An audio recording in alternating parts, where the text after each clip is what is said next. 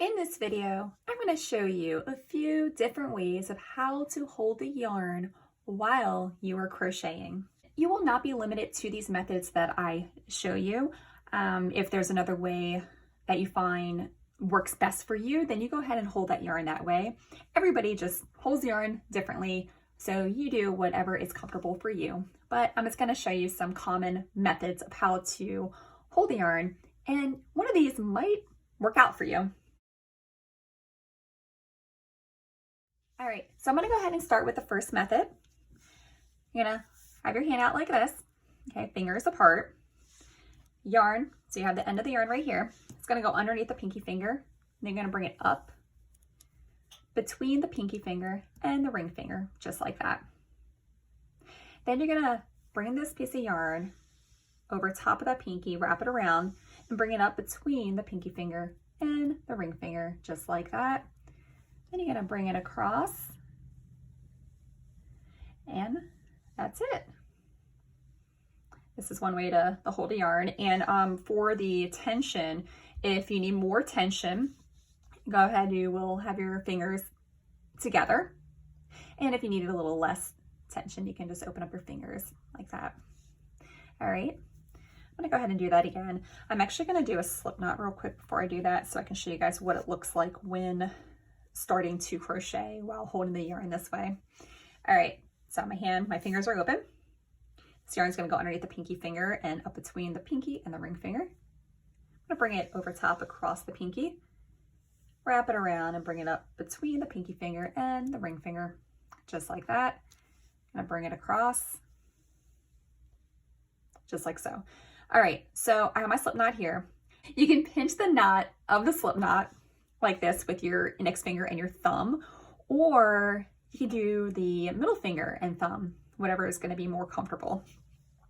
All right, and then I'm going to go ahead and put the hook right into that slip knot and start to crochet. So, and if I need to like loosen up, I can always just spread this finger apart, or if I need it more tighter, I can just bring that finger closer together to give me more tension.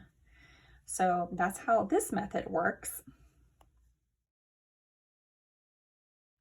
All right, and another method is you can bring the yarn up between the pinky and the ring finger, just like before.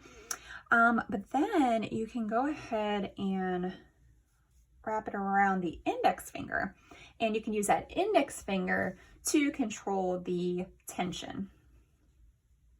All right, I'm gonna go ahead and show that one more time. And like before, I'm gonna go ahead and do my slip knot so we can see how this works when crocheting. All right, so I'm bringing this yarn between my pinky finger and ring finger, just like that.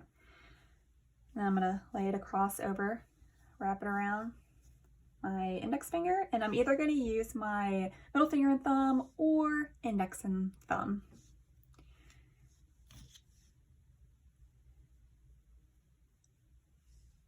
And then you can start to crochet this way.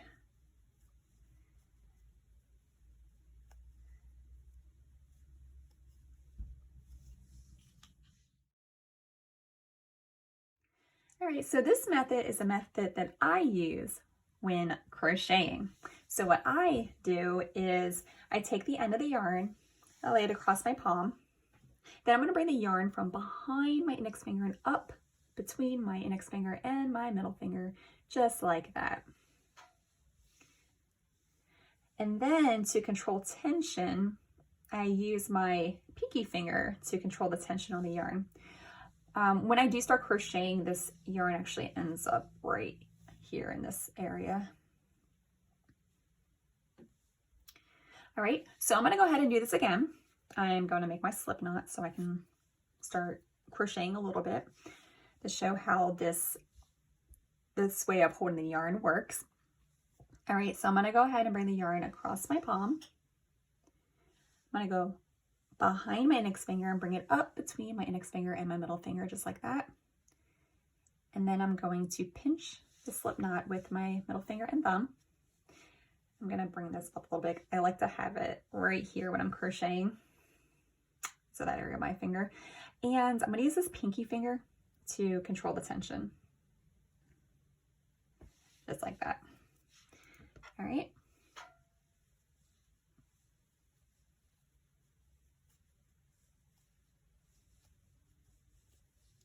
And this is how this method works.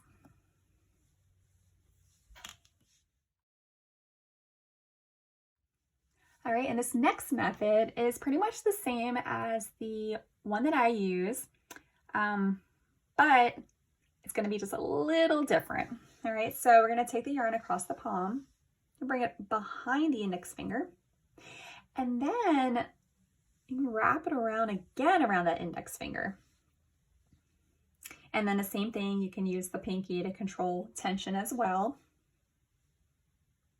All right, so I'm gonna go ahead and do this again.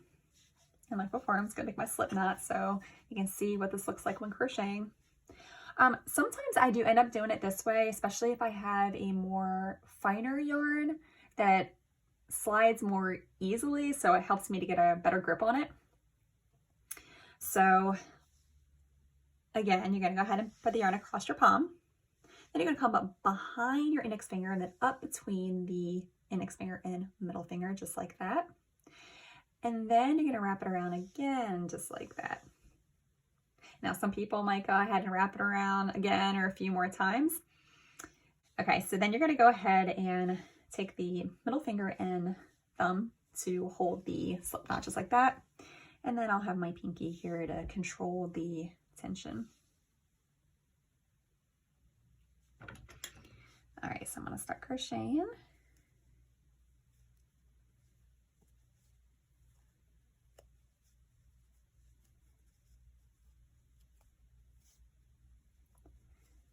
Actually, I don't have to use the pinky as much because it seems like there's more tension on that index finger.